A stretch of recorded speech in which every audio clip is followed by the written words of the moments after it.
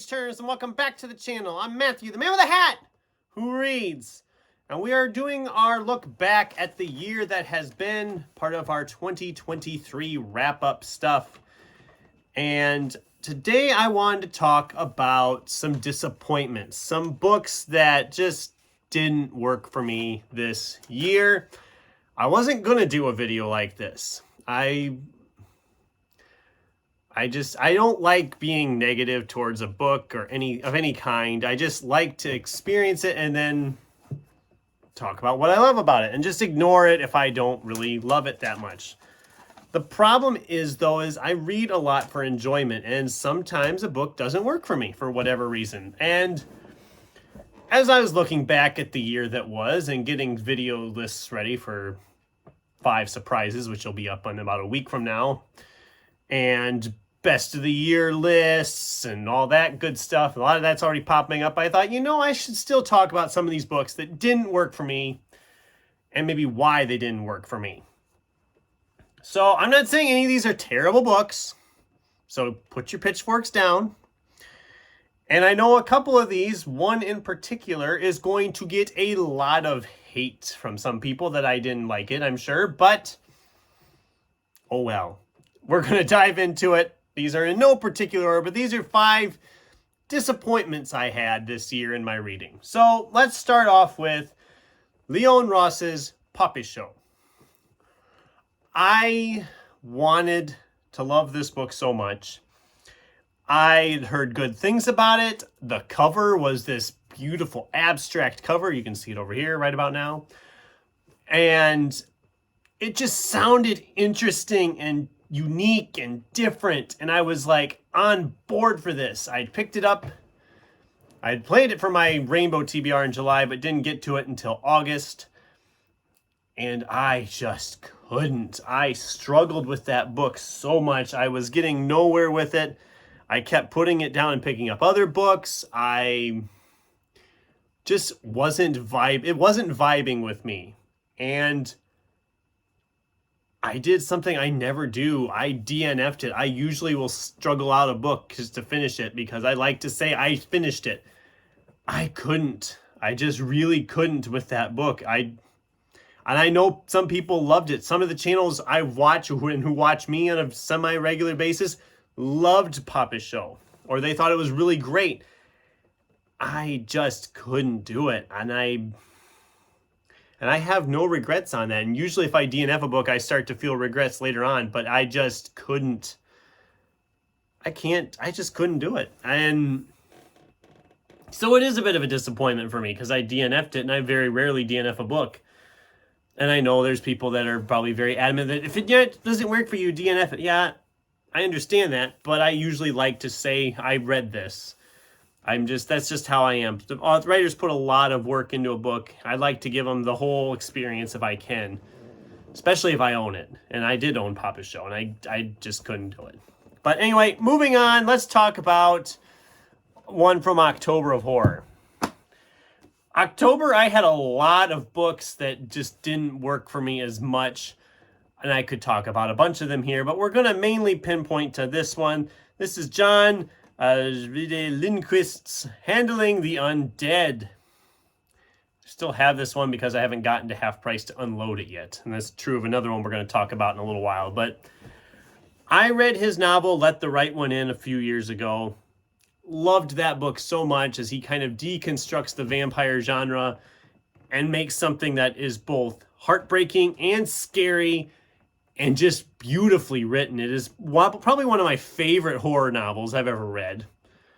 And it really put this guy in the spotlight for me. I'm like, this is an author I want to read more by. A little while after that, I read a novel by him called Little Star that I thought was okay, but I didn't love it anywhere near as much as Let the Right One In. But then I heard about this book where he essentially does the same thing he did with vampires in Let the Right One In with zombies here. That power grid goes crazy, and all of a sudden, recently deceased corpses are sitting up. They don't know who they are, but they can speak. They don't know who their family members are. Well, they kind of know, but they don't really know a lot. It's really weird. And you're like, okay, we have a creepy zombie novel coming. And then it does It does nothing with it. I'm trying to be nice because I do respect his writing and I love how it's written, but it does nothing with it. It essentially just takes you into the more human aspects, like of what you'd experience if someone you loved who recently died all of a sudden came back as a walking, moving, semi-speaking corpse. It's freaking terrifying. It's very heartbreaking.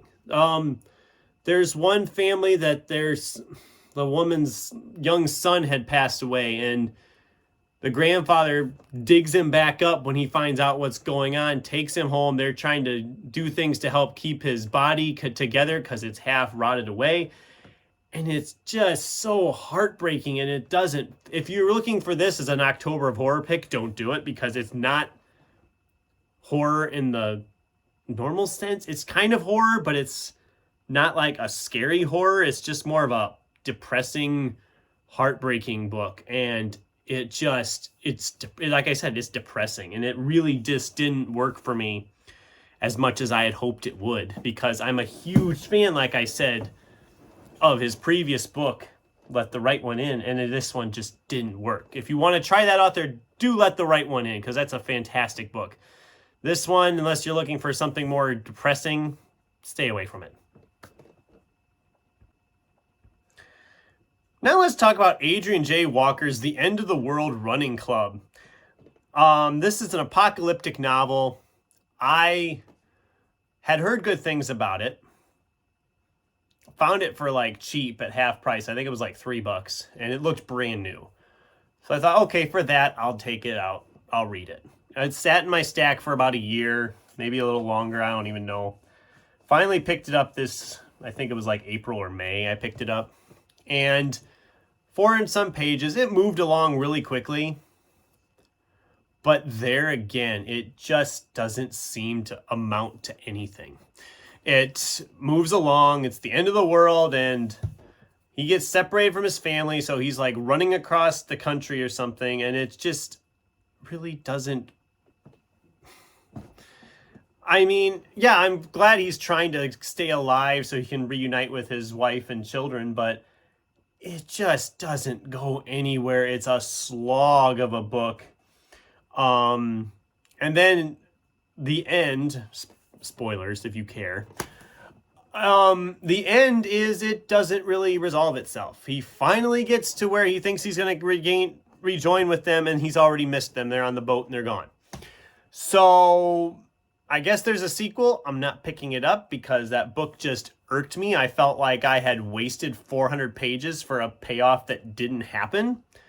And I'm sorry if I spoiled it, if it was in your stack and I just spoiled it. Apologies. But it just was irritating. I got to the end, I felt like I had wasted time because it really didn't resolve anything.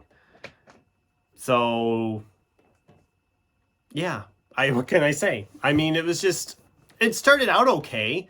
I loved as they were explaining as this apocalypse was happening, the meteors, I believe it was meteors. See, I don't even remember what happened anymore. That's how bad I'm blocked a lot of it out, but... Now let's talk about New York 2140 by Kim Stanley Robinson. God, this video is bringing me down because I keep talking about these books I really didn't care for. I hope you're enjoying yourselves. This book again, it had a great premise, but I think the problem with it is it was too long and it was not structured very well. I think trying to tie like 8 or 9 different narratives all together into one story is a cool idea. I mean, when it works well.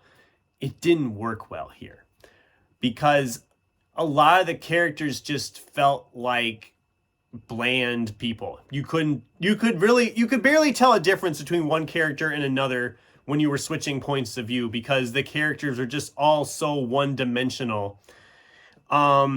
The star of this whole setting was the fact that because of climate change, the tide's rising, New York City streets are underwater and they've just built up.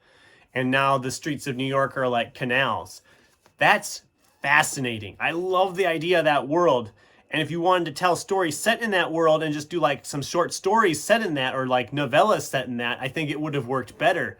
And especially have one of them where we actually see this happen, because that would be interesting. Is how did New York come out? We say that New York is resilient and they came out of this. I'd love to see that story. I'd love to see New York coming together and continuing on and building their life anew after these streets have flooded. But we don't get that. It's happened and we're just accepting that it's happened. And that's fine. But I would rather know about it happening than hearing everybody else talk about how, oh, we were resilient and we did this. I want to see that actually happen. Maybe that's just a nitpick of me. I know a lot of people like Robinson's stuff, and I probably will give him a chance again someday. This is probably not a good one to start with, because I know there's people rave about some of his other earlier books, but that one did not work for me at all. And it got old, it got tedious. Like I said, the characters were very one-dimensional, so you couldn't tell anything apart from them, and it just did not work for me. And finally, the last one we're going to talk about, and the one that's probably going to piss off a lot of people, because if I remember right, this book has like an average rating on Goodreads on a 5-star scale of like 4.3 or something. So it's like very beloved by people. You go to its book page, a lot of people are 5-starring it. A good chunk of them are 5-starring it. It's the first of a trilogy. People love this book, including some people who I follow and who follow me. This one I just read here in December, so I haven't even really talked much about it yet on the channel. And I figure this is the best way to do it, besides talking about it in my December wrap-up here a couple weeks from now. But I do want to break down into this more, and that's Fonda Lee's Jade City. Yes, I know. Put the pitchforks down. Let me explain. I think my biggest thing with this book is I think I went in with my expectations too high. I kept hearing a lot of the people praising it and going on and on and on about how great it is and how great this world is, how great this story is, how great these characters are, etc., etc., etc. And yes, I love the world building here. I love the city setting. I love the Jade magic system that's in place. I like a lot of the characters, but as a whole, it just didn't vibe with me. I know it's a weird excuse. I don't know what it was. I was so excited when I picked this up because everybody's been raving about this series throughout BookTube, Goodreads, etc. And I struggled with this. It just took me forever to get into it. Once it got going, I was flying right along. It's thick enough. It's like 500 pages. Just shy of 500 pages. And I wanted to love this book so much. And I probably would say this would be my biggest disappointment of the year, which getting to my biggest disappointment in December, I guess isn't too bad because that means there's not much more. It can come in worse. But it just really, I was so bummed by this one because I just wanted to love it so bad. And I don't even know exactly why. It just wasn't clicking with me. There was one character, when we'd come back to him, I'm just like, I don't care about this character. There was something else that happened, and I predicted it happening by like 100 pages in. I'm like, well, we all know this is going to happen, and by golly, it happened. Not going to spoil it because I know a lot of people have this on their TBR lists. And I'm glad. Give it a shot. Maybe it's just me. Maybe I'm the crazy one, but it just didn't work for me. So there, after I've torn a bunch of people's favorite books down, let's talk about it a little bit. Again, I apologize. If you love these books, I'm glad. I'm glad to hear it. I'm glad it works for you. They just didn't work for me. Maybe I'm wrong. I'm sure if you'll let me know in the comments if I've really irked you to no end by saying, oh, this book was horrible. I didn't try to say that about anyone because for the most part, none of them were badly written. They all flowed really well. Their prose was nice. I just didn't care about what was being said with the prose. And if that makes me a terrible person, I'm sorry. But that's the video. 5 disappointments I had in 2023 in my reading. If you hated this video, I'd love to hear from you anyway in the comments. Tell me how wrong I am. I'd love to hear it. And please do check back next week when I highlight my 5 surprises. In other words, books that I figured I'd like okay, but I actually liked a lot more than I expected to. Because that's a video I'm excited to do. Talking about some books that I didn't expect to love as much as I did. And a positive on that is none of those will be in my top 10 fiction books of the year. So that's kind of cool. But anyway, what did you guys think? Am I way off based on these books? Did I accidentally irk you to no end by putting down one of your favorite books of all time? I'd love to get a discussion going with you in the comments down below. And let me know, what was your most disappointing read of 2023? Until next time, thanks for watching and keep turning pages.